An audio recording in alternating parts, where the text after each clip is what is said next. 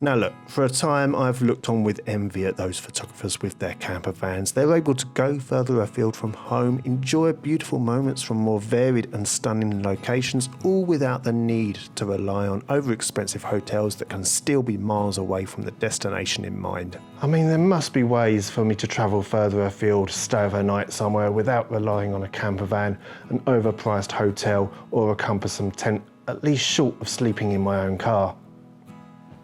That's an idea. And that is the simple plan for this video. I'm going to head out shortly. Got a 2-hour drive ahead of me before I get to the trial location. I'm going to get set up and then sleep in the car. Not all my ideas are the most sensible, as you can tell, but sometimes you've got to try even the most extreme, haven't you?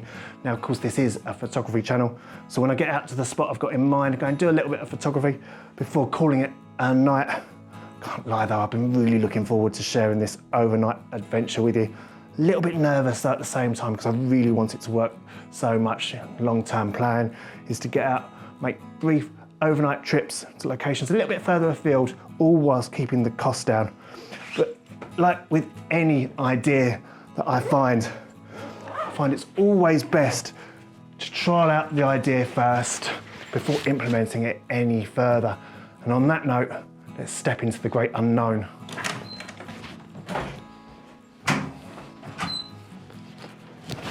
Can't forget that.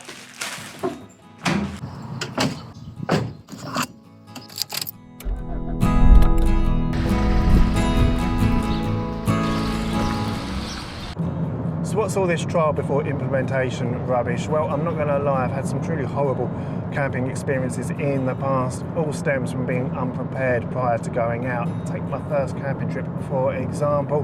Gone out in this little tent, got my airbed, got my sheet, got my duvet, not bothered with a sleeping bag. Why wouldn't you bother with a sleeping bag when you go camping, I hear you ask? Good question. I've never been so cold. I can still remember how cold I was from that first trip. And that's why I'm looking at the bigger picture with this car camping. Before I make a trip further afield, go to the Peak District in September, for example, I want to do this little trip much closer to home, so if I get into any difficulty, I can just head home. That is not going to happen though. I'm going to have a great time. Been planning this since March, been really looking forward to it. In all honesty, I don't actually expect to get too much sleep, but this trip is going to allow me to iron out any little details. I've got my sleeping gear in the back. I'll share my setup before the end of the video. Got a little bit of power so I can charge my phone. I can charge my camera if I need to. But what I don't want to do, I don't want to go further afield. I don't want to go to the Peak District, find myself in the middle of nowhere, needing some equipment that I'm not able to source. So you see, there's two reasons for this trial run. The first is to see whether I like it in the first place.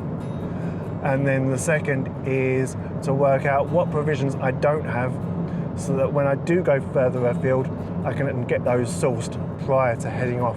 Okay, so I've just pulled into this little car park for a little bit of a break. Don't want to get down to the location that I'm staying at too early. Thought I'd have a little bit of a break from the driving. I'm going to be stuck in this car for a good few hours tonight. So I thought I'd give my legs a little bit of a stretch. As you can see, it's going to be interesting. The car I'm going to be sleeping in is going to be this beaten up old Honda Civic hatchback.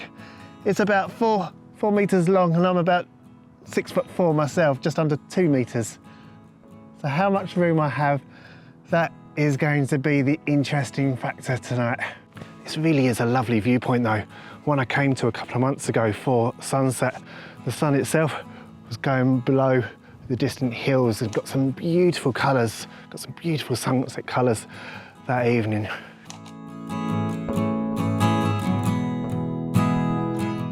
What I want to be able to do is I want to get out to tonight's location, sleep the night nice, get there nice and late, and then leave in the morning without any trace of me ever existing, leave no trace of me ever being there in the first place. But I have to admit, enough of me talking.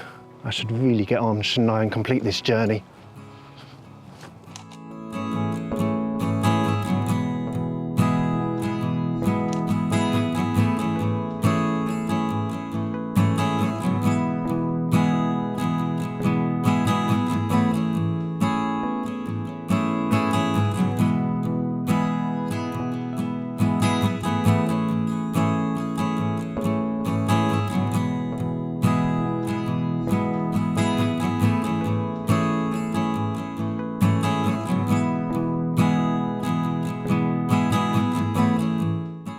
finally arrived at the location where I'm staying tonight. Got a couple of hours to kill though before the light disappears.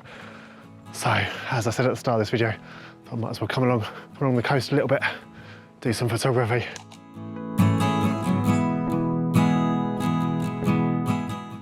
So where have I travelled to for this overnight car camp in this trial run? Well, as you can see behind me, I've come down to the coast. Unfortunately, which I knew, it is low tide. So we're not going to really be focusing on long exposures this evening, but it's not really the reason why I've come down to this particular stretch of the coastline. As you can see behind me now, you've got these magnificent sand dunes stretching along this bit of the coastline. Kind of they're scenes that I've seen before all over social media. It's a spot I've always wanted to come down to. So I thought, what a perfect type of location to come to when trialling this type of adventure. Oh, and if you're enjoying this video, don't forget to give it a thumbs up and let me know down in the comments what you think of this plan, this adventure. Am I mad for doing this, or am I just plain crazy? Each comment I always make sure that I reply to. And of course, if you really enjoyed the video, maybe consider hitting that subscribe button. Really does help me out with the YouTube algorithm, but it's absolutely fine if you'd rather not.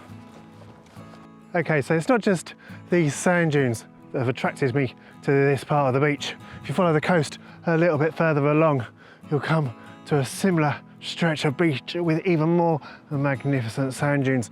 No, the reason I've chosen to come here for these sand dunes is because of the oddity of these flimsy fences. They don't look like they're useful for absolutely anything. I guess they just stop people from walking in certain areas. But for me today, they act as a really interesting subject, really add a different, almost scene, different sense of scale to the sand dunes themselves. Now the sun is slowly disappearing over to my side, meaning that we're getting these grasses getting illuminated by the last light. In terms of this shot though, and I'm going to flip round to the live view so I can share that with you right now. It's almost perfect because over on the left, we've got the sand dunes and the fences, the flimsy fences. And then just over to the right here, we've got the pathway as you can wind your way through the sand dunes. And as it is over here to the left, of course it leads down and it separates into three different paths. It's almost like a claw reaching out to the sea. In terms of the settings that we're going for, like I say, we're slowly losing the light. And at the moment, I'm at ISO 100 and f11 for my aperture. I kind of want to go for quite a slow aperture actually. I'm having to use my hand to shield myself from the sun so I can even see the live view. I want a nice slow aperture, or a nice high aperture if I can, because at the moment that gives me 1/15 of a second. It's a bit windy at the moment, and of course we've got the wind picking up in the grasses. If you go for a nice slow shutter, you'll get motion, it'll get blurriness in the grasses rather than some nice sharpness. So I might have to get, like I normally do, a couple of variations, some with a higher shutter speed, which means that I'll go and drop down to an aperture of f8, no doubt. What does f8 give me at the moment in terms of a shutter? Let's have a quick glance. That takes me up to 1/30th of a second, so I might even have to raise the ISO just a little bit more. It's all about playing with the exposure triangle until you get the nice sweet spot, isn't it? But once the light fades, gets a bit more optimal. At the moment I've got some harsh shadows, I've got to be careful I don't appear myself in the distant shadows. But hopefully I'll have something worthwhile to share from this magnificent trip.